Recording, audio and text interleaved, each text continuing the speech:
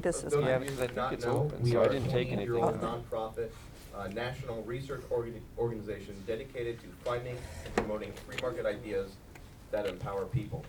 Our mission here is to discover, develop, and promote free market solutions to social and economic problems. Just to kind of tell you about some of the things that we do differently than other think tanks around the country is, one thing is we are located here in the heartland, Chicago, Illinois, rather than Washington, D.C., or a state capital like many of the state-based think tanks.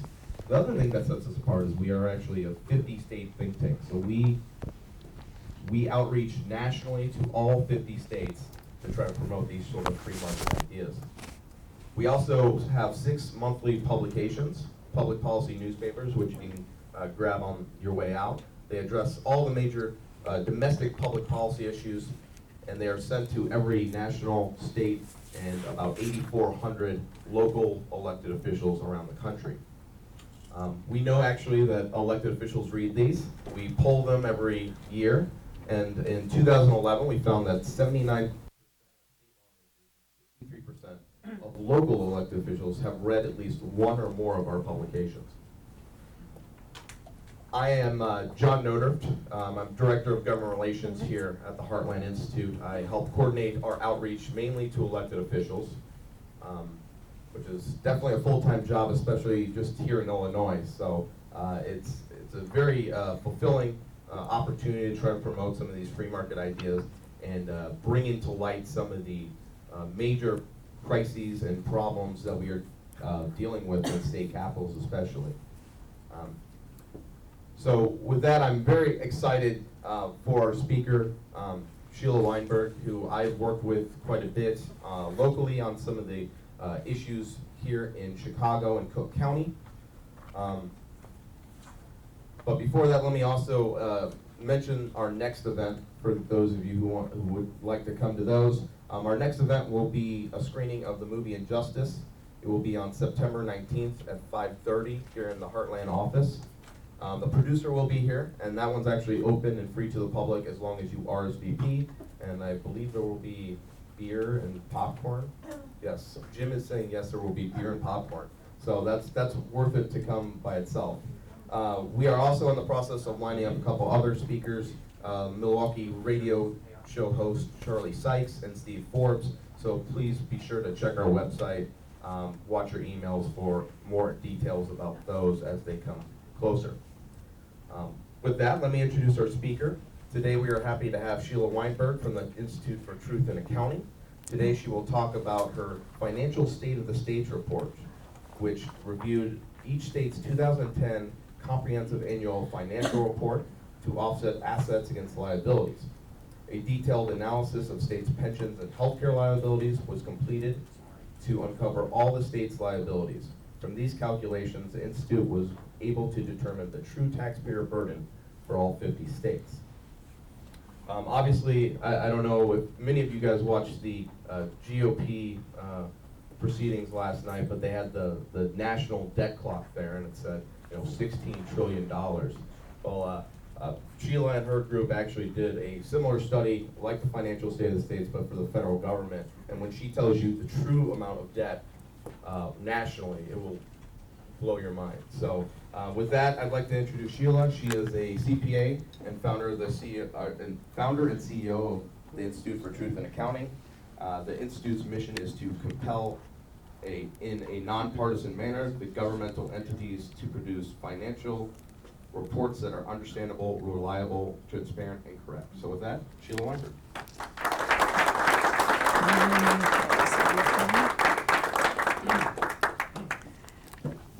Thank you very much, John. Yeah, we were thrilled to see finally that there was a mention of the debt at the Republican convention.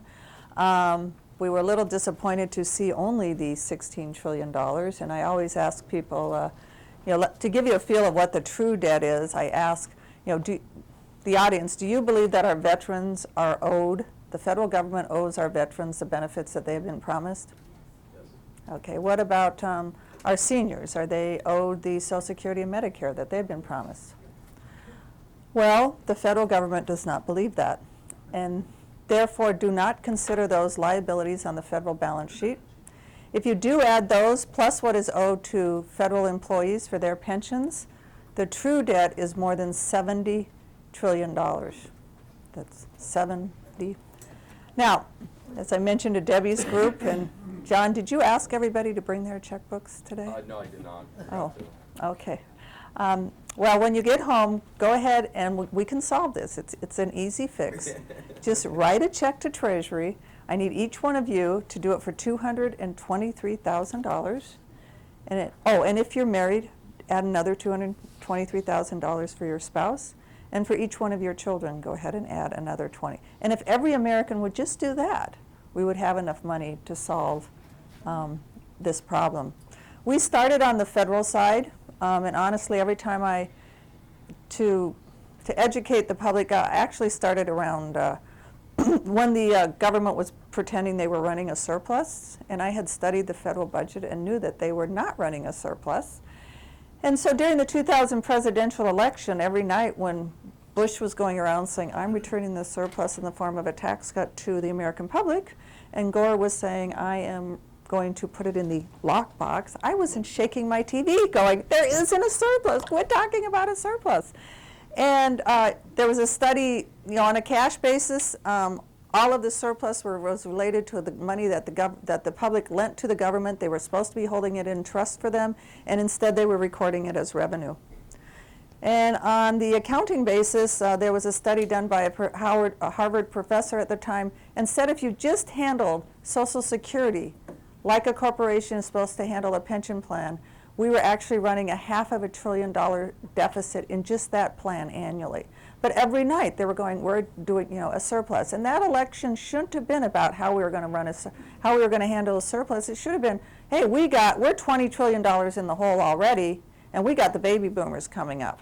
But because there was this fictitious surplus, that's what the election was decided.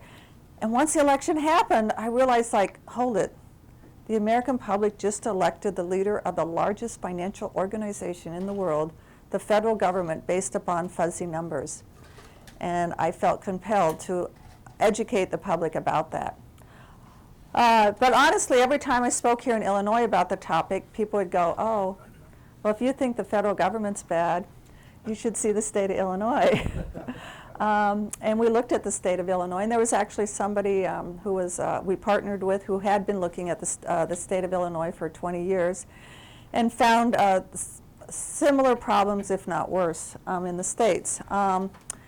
And we had proposed solutions, but we wanted to see how all the other states were doing, and we realized that the citizens of Illinois were not being, again, provided the information they needed to be intelligent participants in their government.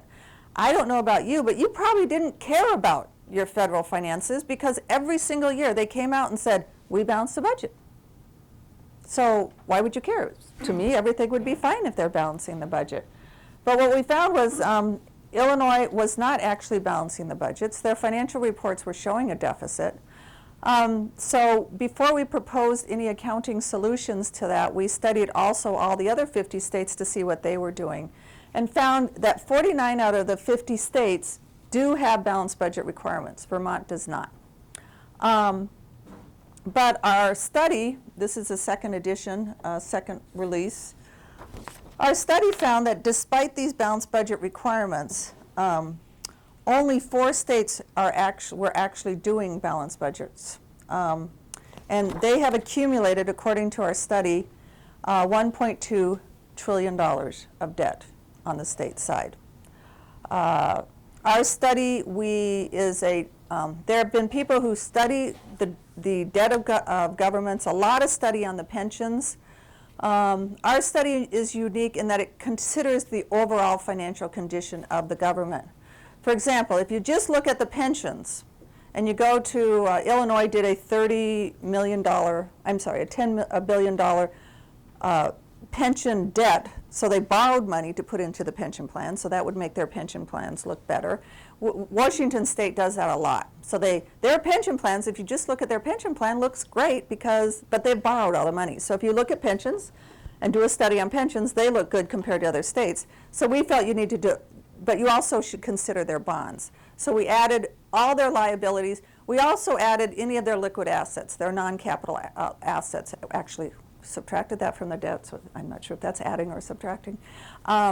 Because we felt that if, say, Larry, you're $50,000 in your credit card debt, oh my God, Larry's $50,000, but you point out, well, I have $100,000 in my bank account. So it's a totally different story, and we felt it needed to be comprehensive. So the question is, if the states have a balanced budget requirement, how in the heck would they get into debt? So it honestly all depends on how you count. And governments use a very sophisticated accounting system to calculate their budgets, one that we call political math. Okay. And to get you to understand this system, I have a quiz. I hope you guys all filled out your quiz. So we will go over the quiz now. Oh, I think I have this on the slide screen too. Yes, I do. So, John, you can read it's either on your sheet or you can read it off the screen also. It's the same thing, hopefully. The state of Illinois had $5 billion. Oh, I'm sorry. Let's go personal question. Yeah. In 1984, you had a debt of $5,000. Since that time, you have balanced your budget.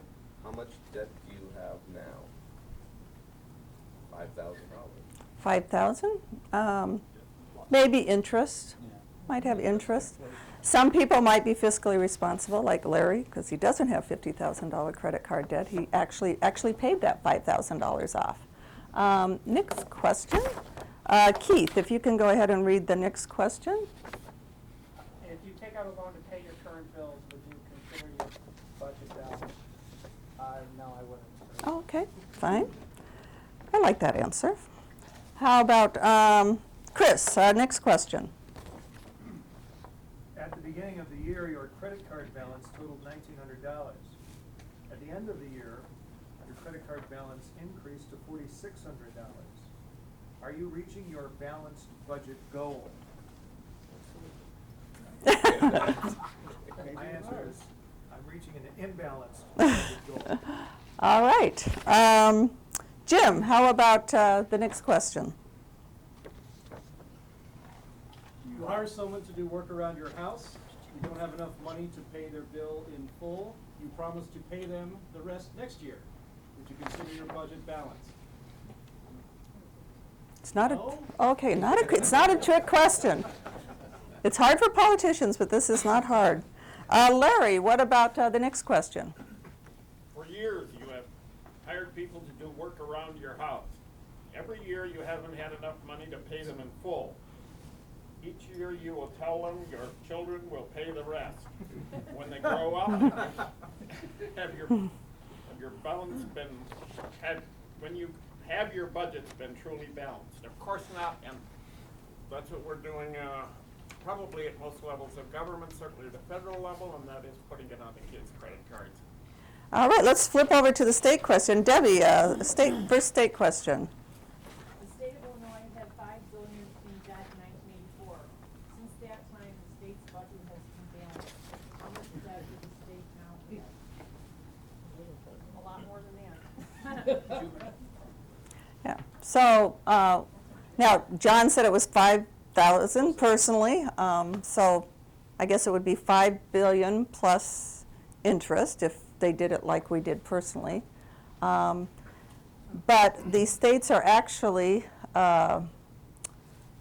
here's the state number, they're actually $130 billion in the hole, even though they theoretically have balanced their budget every year.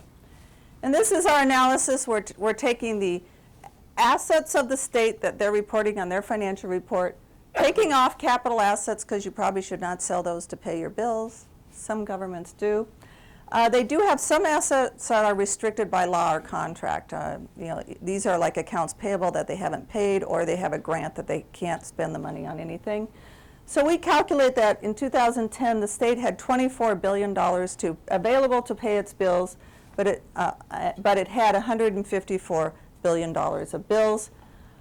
And each taxpayer burden is $31,600. So now, if they balance their budget, to you and me, that would be that their revenues should equal their expenses. But that is not how they use that. Remember, they use that sophisticated system. So they can't. Where are we? So could you tell us your definition of bills? Is it the present value of the liability? It would be, what we do is we take the pension, what the actuaries count in the pension plans. So that is the assets that the plans have minus the accrued benefits, which are present valued back. And plus the bills that the state is reporting on its financial statements. It includes the pensions and the retiree health care benefits. I just have one more question. Yes. Valuation, for like the $61 billion of call it like current assets, how Mhm. do you guys value that? Is it just liquid? Those are liquid assets. They're actually, they are the assets that the state is reporting on its audited financial statement. So it includes liquid assets, some accounts receivable, things like that. We do not include capital assets, and we also take capital debt off of our analysis because if you don't include the assets, you should include the debt. Let's go on to question number 2 on the state side. Jim, for some reason I have Jim again. Don't ask me why. Let's do, oh, Jim is a good speaker. I'll let him make him do it again.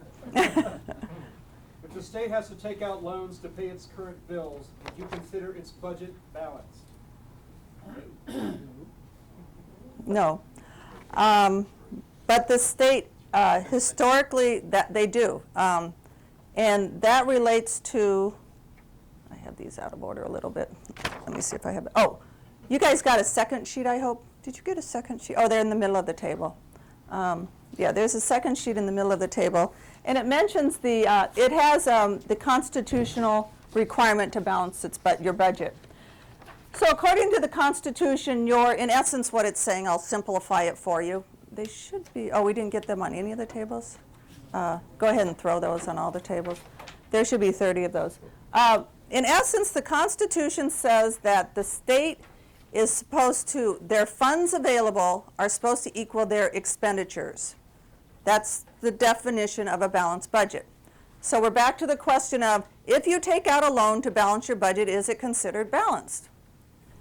If you take out a loan, do those funds not become available for you to spend?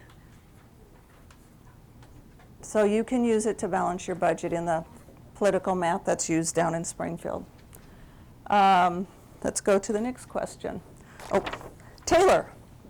Beginning of the fiscal year, beginning July 1st, 2012, the state's unpaid Medicaid bills totaled $1.9 billion. Under the governor's budget, by the end of the fiscal year ending June 20th, 2013, the unpaid bills are increased to $4.6 billion. Will the state meet the balanced budget requirement? Yes, according to political math. No, according to reality. And again, look at that balanced budget requirement. It says that let's see if we can get back to it.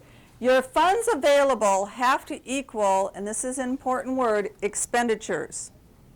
In corporate accounting, they usually use the term expenses. They use expenditures. In essence, they're doing checkbook accounting. So it's only the checks that you write.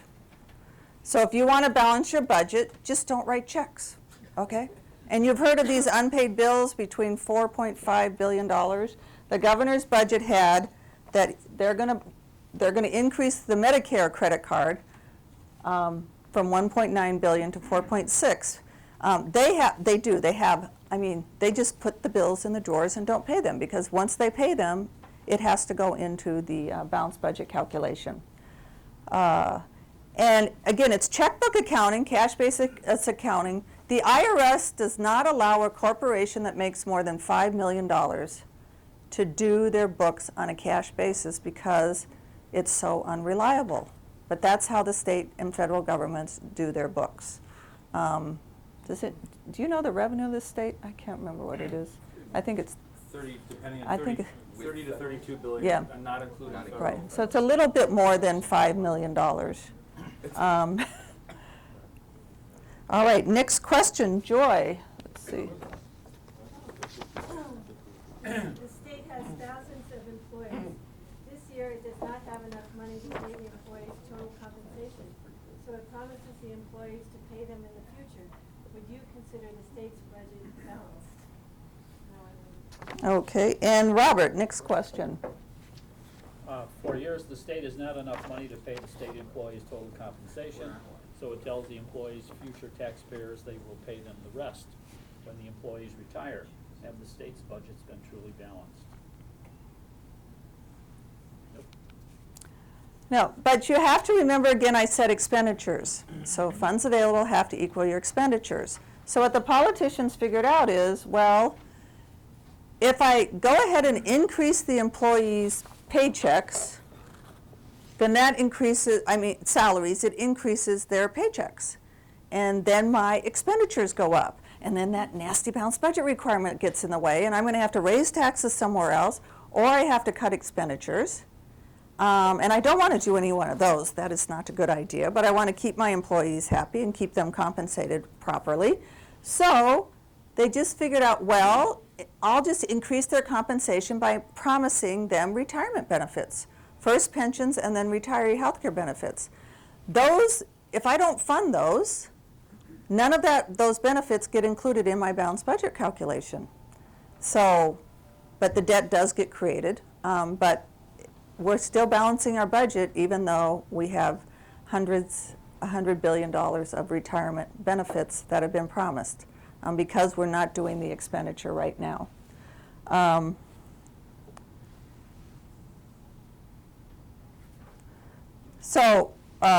than $165.9 billion of pension benefits, pension and retiree health care benefits have been promised, but only $63 billion have been set aside. So we're short $102 billion. And remember that these are, quote, constitutionally guaranteed.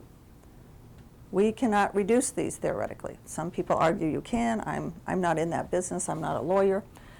And we're not saying that you should not have pension or retiree health care benefits. We just think that if you're going to promise them, one, you should include the cost in the current budget. If you include it in the current budget, then they would fund it. They shouldn't be making these promises without funding it as they go along.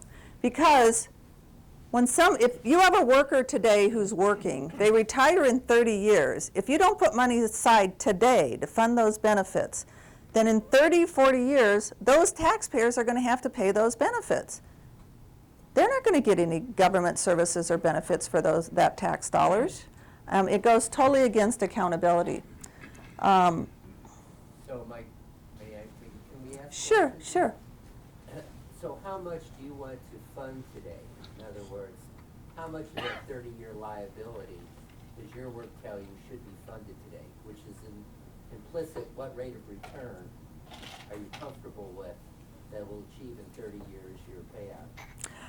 We are not going to, we purposely are not in the debate, the rate of return debate, and the reason we stayed out of that was because the first step is to get the governments to put these numbers, whatever numbers they have, on the books and include them in the budget.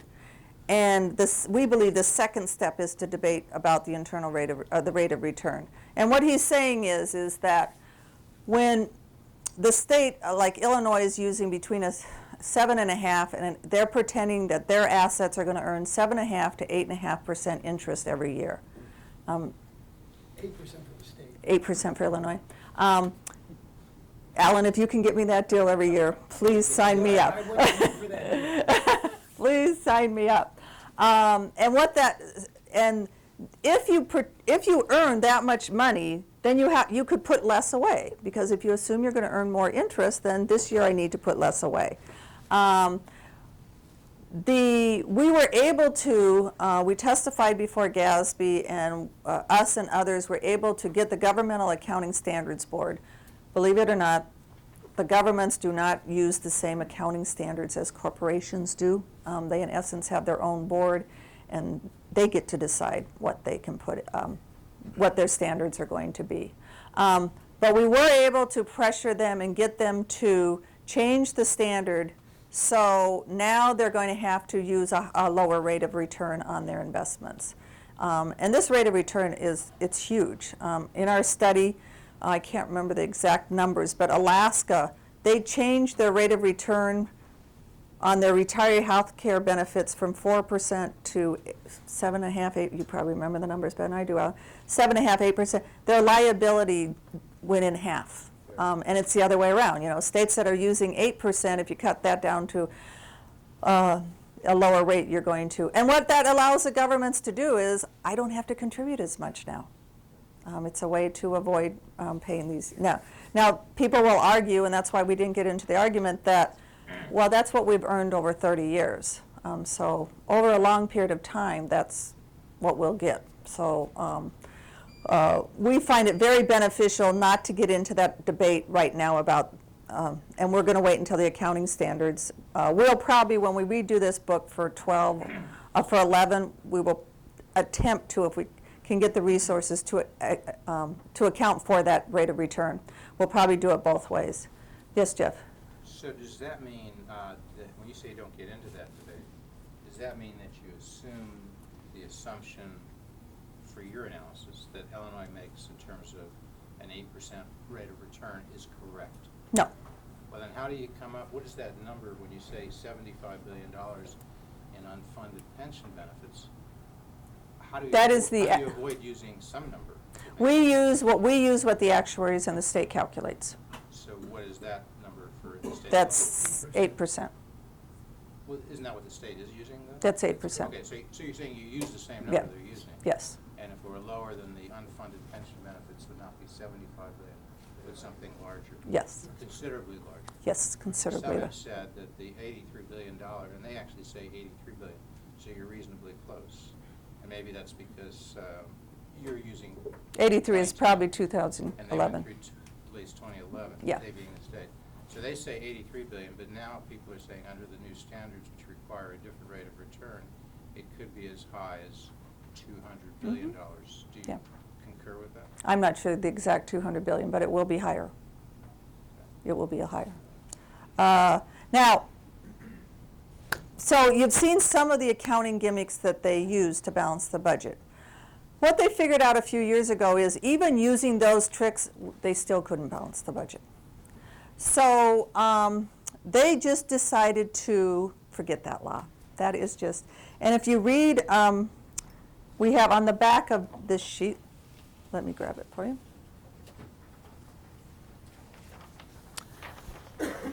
On the back of this is from the page 144, 145 from the Comptroller's audited financial statements, Judy Bar Topinka, their audited financial statements. It quote, and Dan Hines, it's bipartisan. Dan Hines also had this exact quote in his financial statements when he issued audited financial statements. It quotes the balanced budget law. And then right below it, it says, let's see, I probably have that slide on that. The state has not presented revenue and expenditure estimates in accordance with these provisions. So you have a constitutional officer of the state saying that the legislature and the governor are not following the balanced budget law. Where are we on time? We're okay on time? Okay. I just have some stories to tell if we're on time.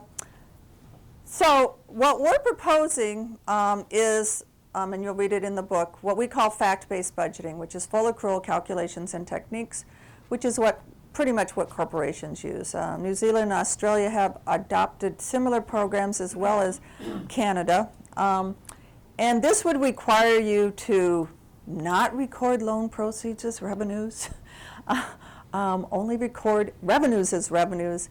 You would have to include all the expenses that the government incurs in a current period in the budget. And we had a representative named Mike Tryon introduce what we call the Truth in Accounting Act, which would require the state to balance their budget using truthful numbers. For some reason, it did not even get in committee. We got 16 co-sponsors, didn't get in committees. One pushback we got was, Sheila, we can't balance the budget using bad numbers. How in the heck do you think we could do it using good numbers? So we're all for transparency, so we said, okay, we had the Long-Term Accounting Act introduced here in Illinois, and what that would require is, okay, go ahead, balance the budget any way that you guys, political math that you want to use, but before you pass the budget, go ahead and do a pro forma balance sheet, a pro forma income statement, and a pro forma cash flow statement. Also do what we call a fiscal balance and fiscal deficit calculations, which would include your unfunded liabilities. For example, this would be good to know, like the 2011 financial statements. Again, they passed the balanced budget theoretically. Their income statement, when they got done with everything, they showed a $10 billion deficit. This act would have required them to forecast that deficit before they passed the bill. Some people are like, why in the heck would you care about all this counting crap? A good example would be Wisconsin. You remember all of the upheaval in Wisconsin. And actually, there's a CPA caucus in Wisconsin made up of CPAs who have been elected to the House, and I think one to the Senate. They actually called me up during that tumultuous budget process.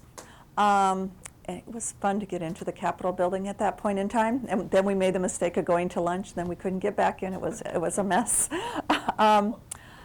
And during the meetings, they were talking about that they had a projected budget deficit of $300 million.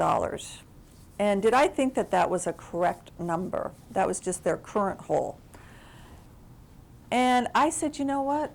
Honestly, I think it's a pretty good number. You guys do your books according to generally accepted accounting principles. There is some weakness in your, you're not handling your retiree health care benefits right. You're still paying, I think they do put some money aside, but not, I think it's 30%. So there's like, I could probably adjust it by 50, to 350 million. And I think they wanted a higher deficit number, so they weren't happy with my answer, but we do have that truth in our counting, so I couldn't give them a higher number. But honestly, the whole time I'm in that meeting, I'm like, all of this upheaval is for a $300 million deficit? That's a rounding error in Illinois. Our deficit is $13 billion projected. So the question is, why did you have all the upheaval in Madison, but not in Springfield?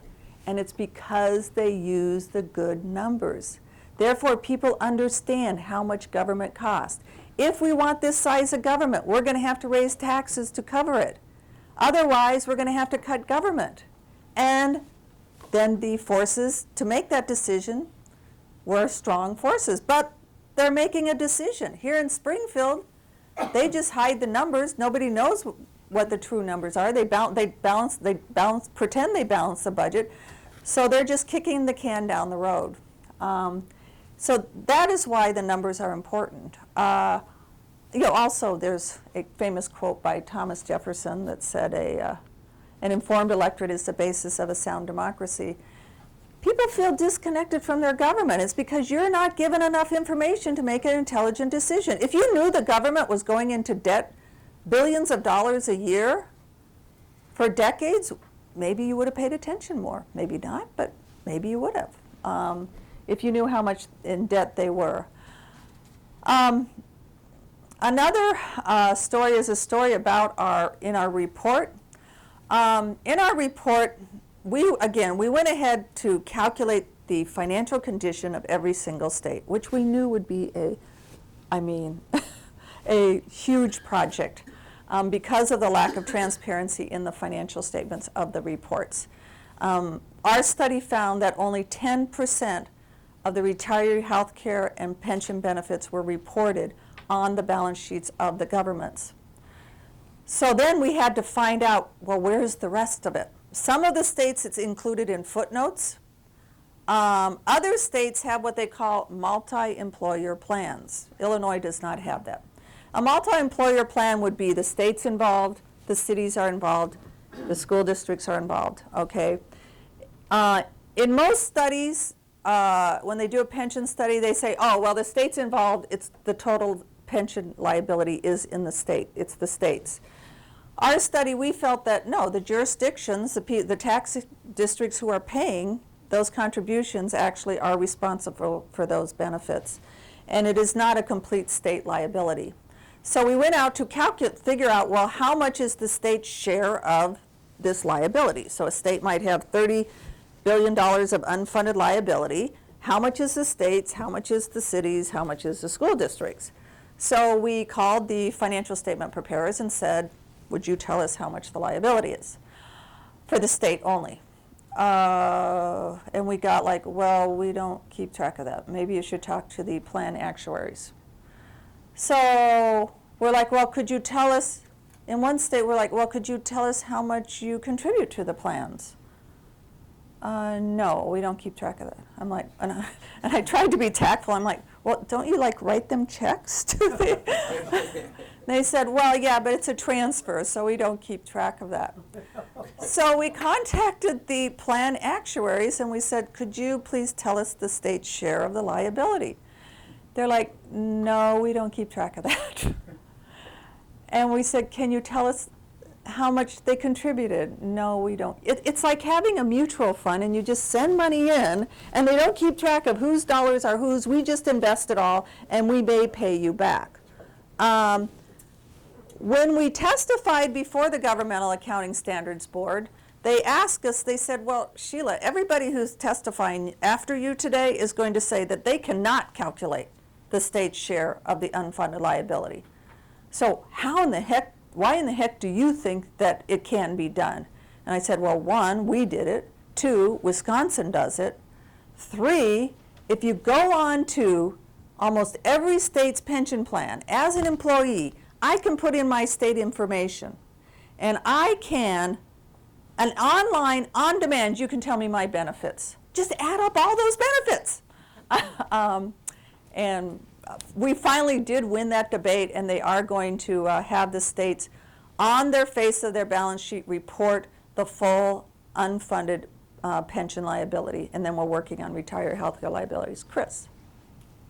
Sheila, is the locus of your activity coterminous with some kind of institutional failure by the rating agencies that are responsible to various contingencies to accurately assess the risks associated with those with the issued paper of these units? The rating agencies, because we're sort of like, what? They're rating these governments high. They have a high rating, and they're hugely in debt. How in the heck could this happen? We've talked to bond people, and there's somebody in the room who could answer this question, but we will not put them on the spot. We've talked to bond people, and what they say is they're doing the risk analysis because, 1, the bonds get paid first. So what they look at is, does the government have enough revenue projected over the life of this bond, or even they only look at 2 or 3 years, to pay this bond? And if they don't, then I might rate them a little lower. But then I'm going to look at, do they have capacity to raise taxes to cover it?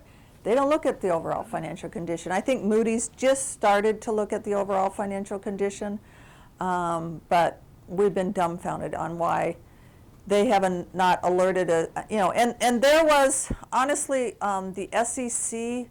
I know I only have. Well, we'll go to questions. We're in the questions and answers anyway, so we're fine.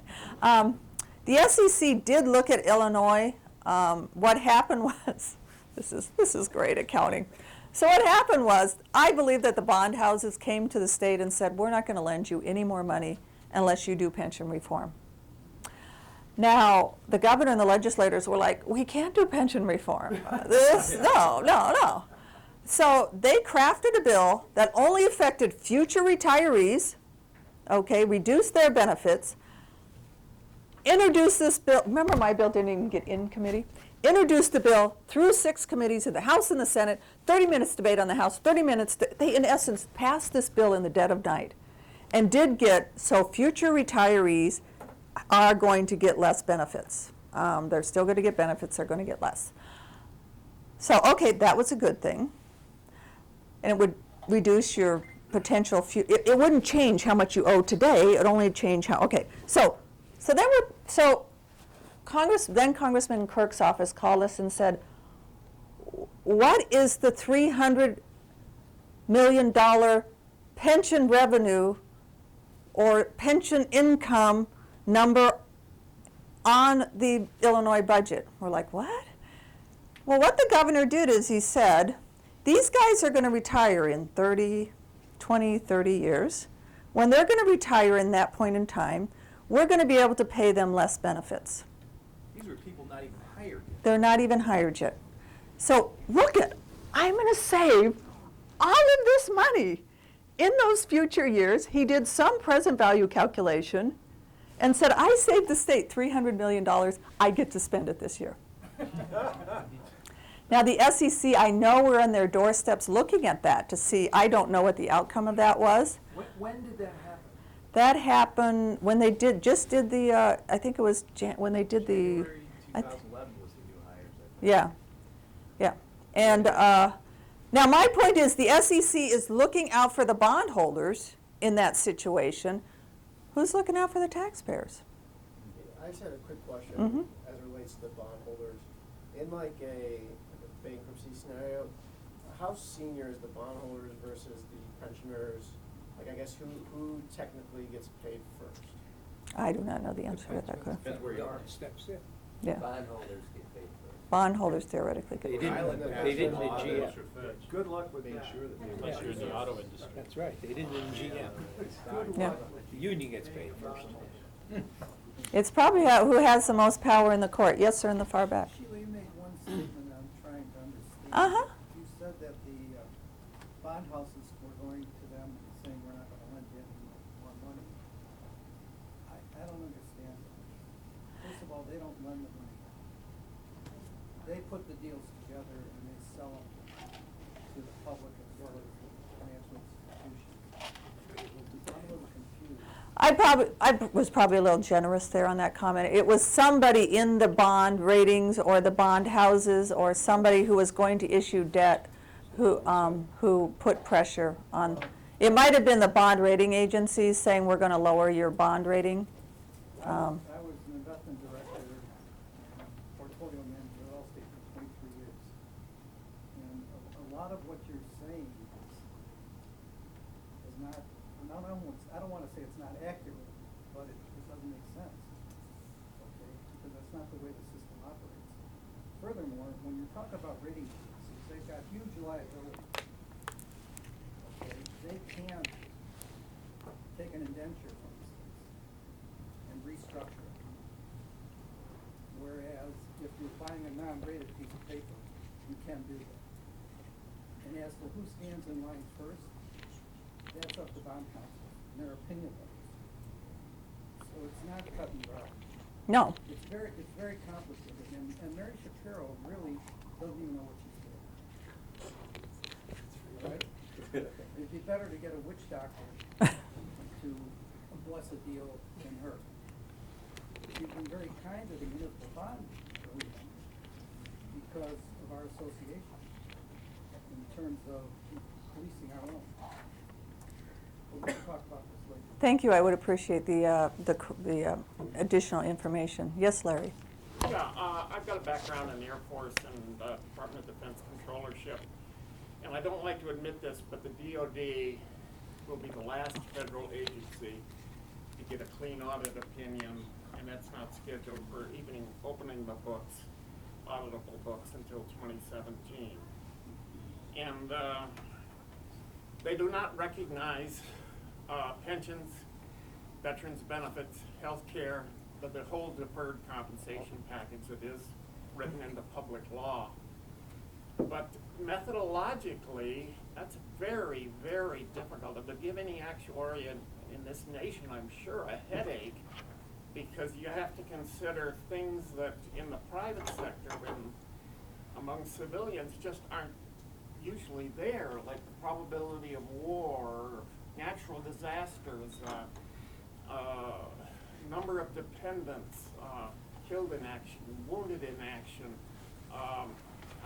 say anything of age or mortality, very difficult to forecast and put into some very, very complex,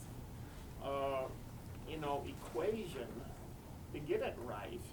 But I don't see any long-term hope for that to occur, notwithstanding the federal mandate written in the law that there will be a requirement to get a clean audit by agency. Do you see any hope for either the Department of Defense or the federal government to get an overall clean audit out of the GAO? Well, what he's referring to is that the federal government does, there was a CFO Act passed in 1990 that said there were supposed to be audited federal financial statements issued by 1996. Believe it or not, before then there was no consolidated federal financial statements. And each department gets their own audits, so somebody audits the State Department, somebody audits, it's a lot of internal auditing on the Defense Department. If you ever get a chance, I mean, especially for us accountants, the federal audits, their internal control weaknesses are, I find it a very interesting read, but I'm an auditor, but I think every student in the country should have to read this federal audit. There is, they don't, like federal government does not do cost accounting for those, they just don't have the system set up. The federal government cannot get overall clean opinion until the Defense Department gets theirs. I cannot remember how many agencies, I think it's probably 70 to 90% of the agencies do get clean opinions. But keep in mind, Social Security and Medicare still is not part of that. Yes, Robert. I know your focus is on the states, but we're seeing more stories of municipal bankruptcies, especially in California. What do you see as the future of this situation? Well, I guess it's kind of like the trickle-down effect. What happens is, the federal government honestly is probably in the best shape because, right now they're in a place where they can, I hate to say it, they're 70 trillion in the hole, but they're in a place where they currently can borrow. They can also print money. The states are in a worse shape because they can't print money. There's a lot of money that goes down from the federal government to the state governments, and I think it was 2010 maybe, more revenue came from the federal government to the states than the states generated themselves. Then you go down to the municipalities who count on the state revenues, and again, they can't print money. They're probably going to they have limited borrowing power, so they're going to be the first ones to fall, and you're experiencing that they are. We're doing a study right now with Heartland, which will be issued soon. Soon. It's a heart. Where we've taken the methodology that we use to calculate the states and have done 555 taxing districts of Cook County. And we'll do a financial burden for each municipality in Cook County. Yes, sir. It seems to me the political math, it seems like you're saying that there's fraud and lying. Am I wrong on this? That the politicians specifically are misrepresenting everything, and you want them to represent it. Is this where you're going with this? Yeah, they're misrepresented, and we just think that the public, one, we deserve more, but two, you cannot be an active participant in your government because you might make a decision based on the numbers that they gave you, and Well, how can they lie and get away with it? And this is what Chris Christie talked about last night, is telling the truth. Besides you, who else wants these people to tell the truth? Do you want to answer that? Well, I'll follow it up with another follow-up question. One of the words we've heard in this room today is it's very complex. There's a lot of complexity. My view, and it sounds like you have a lot of experience with this, having talked to so many people, is that they intentionally create complexity where it is not really necessary for the specific purpose of obfuscating facts and using little complex shell games to say, we can't really come up with that number, we don't have the auditing system, we don't have this kind of system, we can't come up with it. When you strip all that away, would it be accurate to say that if you stripped away the complexity and you wrote up the books with clean numbers, it's actually quite simple? I mean, obviously there's instruments that are complex and things like that, but It's actually quite simple. Here's what you said you're going to spend, here's what you have as a taxing stream, could potentially go up, could potentially go down, and this is the raw number of, and you could theoretically do that for every municipality, every state, and even the federal government, even the Defense Department. Yeah, you should theoretically be able to do that. And the governments, I think because governments initially, and the book talks about this, what they initially did is they did only deal in current things. So cash basis accounting worked. You know, I provided you a service in this year. If I did do a building, I opened up a cash fund and I issued bonds. The money went into that fund, and I only spent that money in that fund. And when that money ran out, I had to be done with the project. It worked, but they just never evolved into, they're now in the business of promising long-term benefits, and their accounting never evolved to account for those. We got time for one more question, and then I'm sure she'll be around for other questions afterwards. Yes, sir. I wonder, I was looking at your publication here on the 5 worst states. Mm-hmm. And I looked I don't understand any of the accounting principles right up front. So I just looked at the numbers that are reported here for the reported retirement liabilities versus the assets available to pay bills. And it looks like just with the 5 worst ones, Illinois is the only one, and it's by far the worst, that has the reported retirement liabilities exceed the assets available to pay bills. So before you even get to anything else, just the reported retirement liabilities exceed whatever Illinois has as a state, and that looks to be the only one to me. And I wonder from that, you refer to these retirement payments as constitutionally guaranteed under the state constitution, I guess. And I guess when they're paid, they count as expenditures under this balanced budget portion of the Constitution, right? The portion that they have not set money aside to, you know, there are some assets in the funds. Well, when they're actually paid. But when those assets run out, then you need to start handling, you know, general revenue will need to be spent on it. And right now, the retiree health care benefits, the governments believe it's a pay-as-you-go program, and they put no money aside. So currently, right now, and in the future, those retiree health care benefits are getting paid out of general revenue. And I think that's the point that I'm leading up to in my feeble mind, is some portion of the 2012 budget, presumably, is guaranteed for payments to retirees. Yeah. It'll increase in 2013 and 14 and 15. It's going to get worse and worse and worse, but those are constitutionally guaranteed. Have you determined, like, at what point there's nothing else left? Because we would seem to be rapidly approaching that. And at that point, there is no more game to play. There is no more kick it down the road and say, well, you know, we can fund all this in the future. It's now, and it's going to tip over somehow. And there's no way to avoid that, is there? And if I'm right, do you know when that is? And what the We have not calculated that number. We've been trying to track it down. I know part of the new accounting standard, they're supposed to calculate that, but unfortunately, they're not going to be, even with that new standard, they're not going to be transparent of when the funds run out of money. You know, so, but it is, you know, it will happen soon, and then I don't know what. Marks and Joshua Rao have done great work on that. The pension bomb, you can just Google search it, is one of the articles that tracks what we call the run-out date for all 50 states. And it does vary, but you're absolutely correct. I forgot what it's the called last part. projected benefit schedule. You gotta look at the accruals on the retired and actives, and look at those liability streams, determine when that inflection point hits. Rao and Novi Marks have done that. They use the Treasury strip curve to calculate it. Some would argue it's too conservative of an ROA assumption, but if you want, I can get you the article, give you your card, we'll just Google search the pension bomb, Joshua Rao, who Sheila and I met with at Northwestern in June, is now at Stanford University, as the Associate Dean of Finance at How do you spell his last name? I'm so sorry. R-A-U-H. R-U-A, That's Joshua. When is it? Is it this year? Is it today or tomorrow? For Illinois? I think it's Well, what's it goes back to what Boston, we what's talked at about. That's why Sheila 7? doesn't want to get into the numbers. It all depends on your rate of return assumptions, as we know.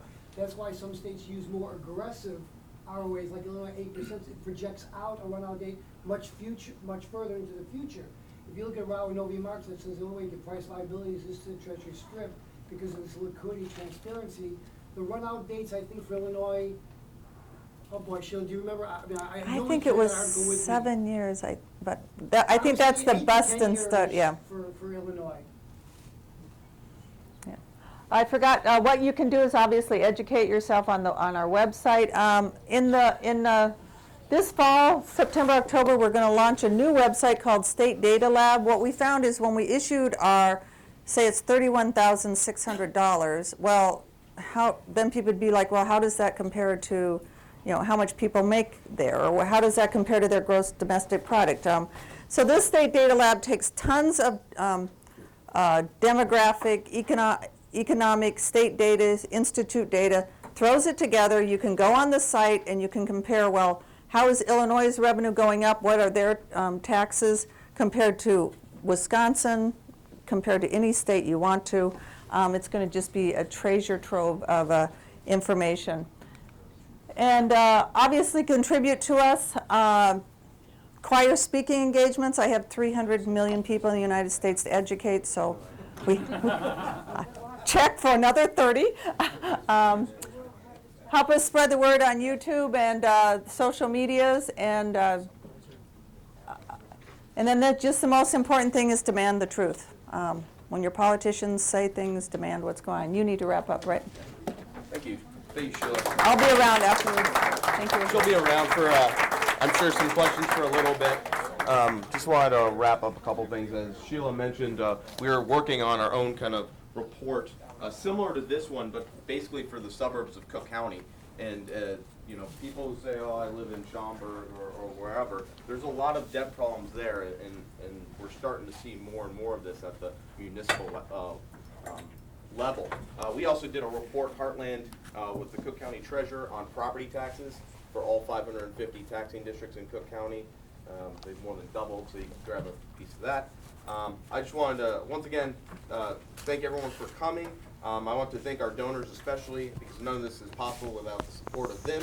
If you're not already a donor, we'd love for you to become one. If you're already a donor, we hope that you would consider giving again. Like I said, thank you for coming, and hope to see you at our next event, the screening of Injustice. So thank you so much.